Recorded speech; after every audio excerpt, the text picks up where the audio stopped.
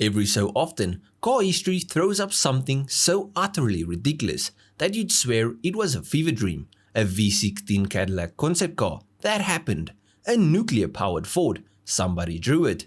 And in the late 1980s, a small French company called De La Chapelle decided the world needed a V12-powered luxury minivan. Yes, a minivan, not a coupe, not a Grand Tourer, not even some sort of off-road SUV. A people carrier, with a Jaguar-sourced V12 stuffed under its bonnet and an interior fitted like a private jet. It was called the Parcours PC12, and to this day it remains one of the most spectacularly misguided yet oddly brilliant ideas ever to roll on four wheels. But to understand why such a thing came about, you have to understand De La Chapelle itself. This wasn't Peugeot, Renault or Citroën, the big guns of French motoring.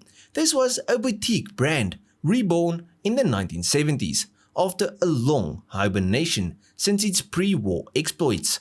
The revived De La Chapelle made its money selling pre-war styled curiosities and scaled down junior replicas of Bugattis for children. So when, in 1988, the company decided to throw itself into the serious business of making an actual performance car, you'd expect something small, stylish and sporty. But instead, they built a van. But not just any van.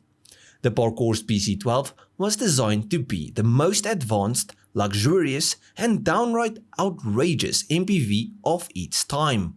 In an era when Renault was giving us the E-Space and Chrysler was making sensible boxy family wagons, De La Chapelle looked at the idea of a people mover and thought, what if it could do 140 miles per hour while carrying 6 people in leather armchairs? That's right, that right there was the PC12's entire philosophy.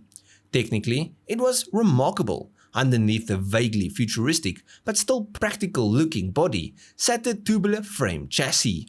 Proper motorsport engineering rather than the ladder frames and stamped steel you'd find under your neighbor's Renault E-Space.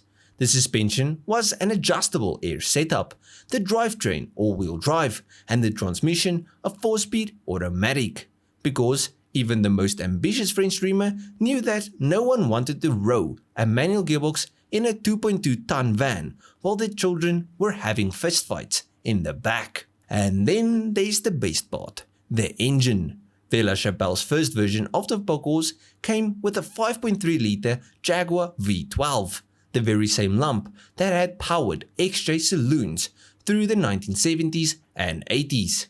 In the Parcours, it made 273 horsepower and 304 pound-feet of torque, numbers which in 1990 were enough to embarrass half the sports cars on sale. A Ferrari Mondial managed similar figures, except that the Ferrari had space for 4 in mild discomfort, while the Parcours could carry 6 in absolute comfort, 8 if you tick the right boxes. Top speed was just shy of 150 miles per hour, which at the time made it the fastest van in the world. And aerodynamics weren't an afterthought either. With a drag coefficient of 0.28, it was as slippery as a modern Audi e-tron. That's astonishing when you consider that this thing was box-shaped. Some of that aero efficiency came from careful shaping, some from flush-fitting panels, and some from sheer black magic. But it all worked. Inside, things only got stranger. The cabin was a symphony of early 90s luxury excess.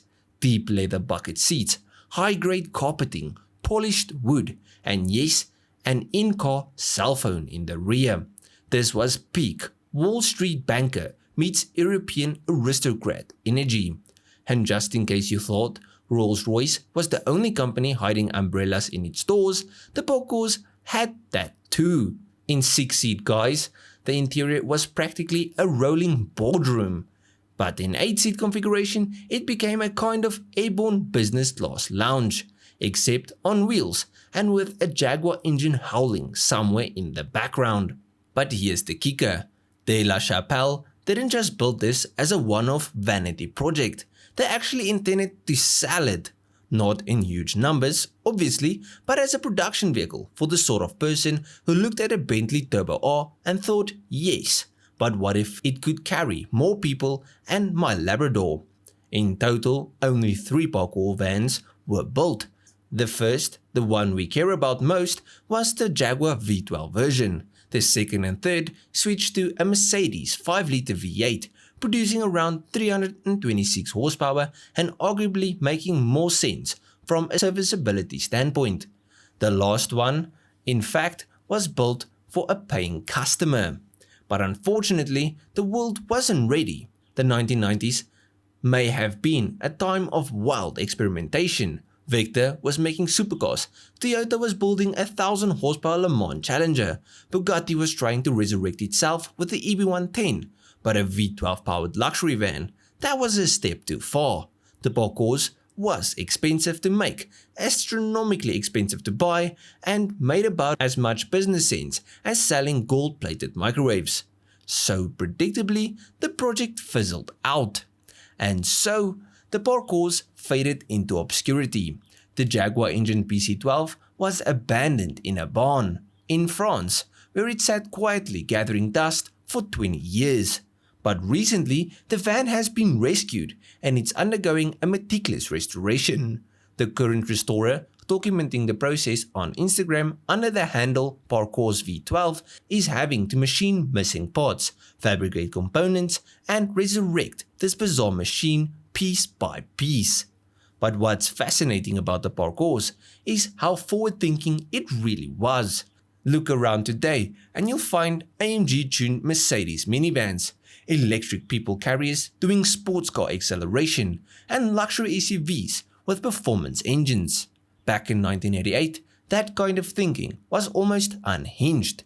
De la Chapelle saw the idea of a family car and decided it didn't need to be boring.